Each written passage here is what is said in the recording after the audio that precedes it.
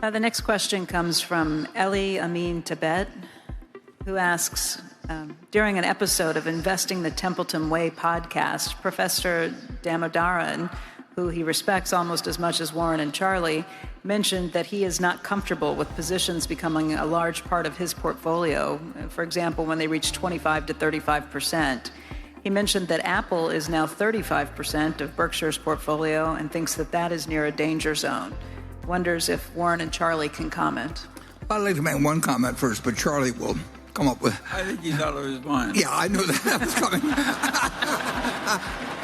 But Apple is not 35% of Berkshire's portfolio. Berkshire's portfolio includes the railroad, the energy business, Garanimals, you name it, See's Candy. They're all businesses. And, the good thing about Apple is that we can go up. They buy in their stock, and instead of owning 5.6%, they got about 15 billion, 700 and some million shares outstanding. They get down to 15.25 billion without us doing anything. We got 6%. So we can't own more than 100% of the BNSF. We can't own more than 100% of Garanimals or See's Candy. And it'd be nice. We'd love to own 200%, but that just isn't doable. But they're all the same. They're good businesses.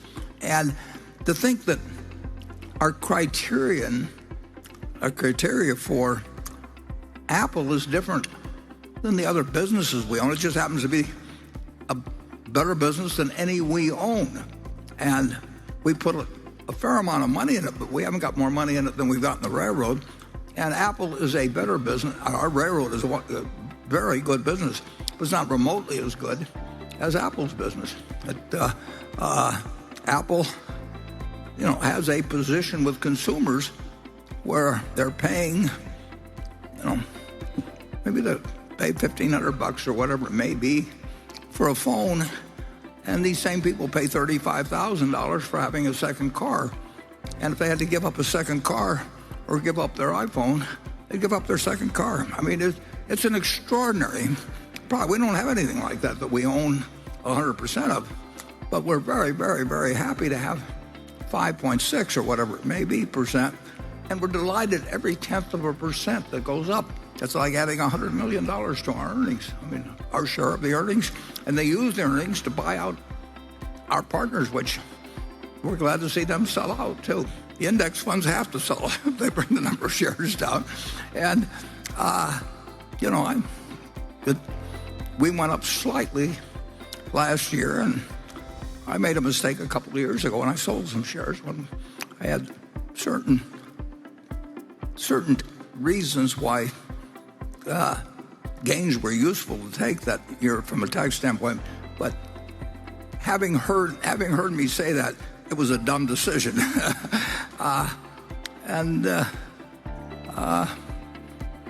Charlie, you've already given your comment about it, but we do not have 35% of Berkshire's portfolio. Berkshire's portfolio is the funds we have to work with.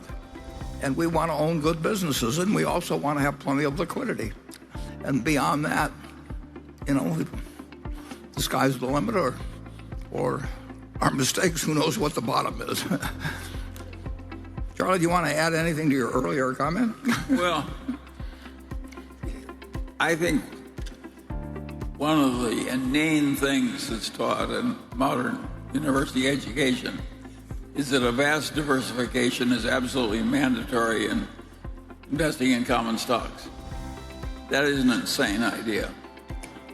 It's not that easy to have a vast plethora of good opportunities that are easily identified. And if you've only got 3, I'd rather be in my best ideas instead of my worst. And now, some people can't tell their best ideas from their worst, and in the act of deciding that an investment already is good, they get to thinking it's better than it is. I think we make fewer mistakes like that than other people, and that is a blessing to us. We're not so smart, but we kind of know where the edge of our smartness is. That is a very important part of practical intelligence. And a lot of people who are geniuses on IQ tests think they're a lot smarter than they are. And what they are is dangerous. But if you know the edge of your own ability pretty well, you should ignore most of the notions of our experts about what I call diversification of portfolios.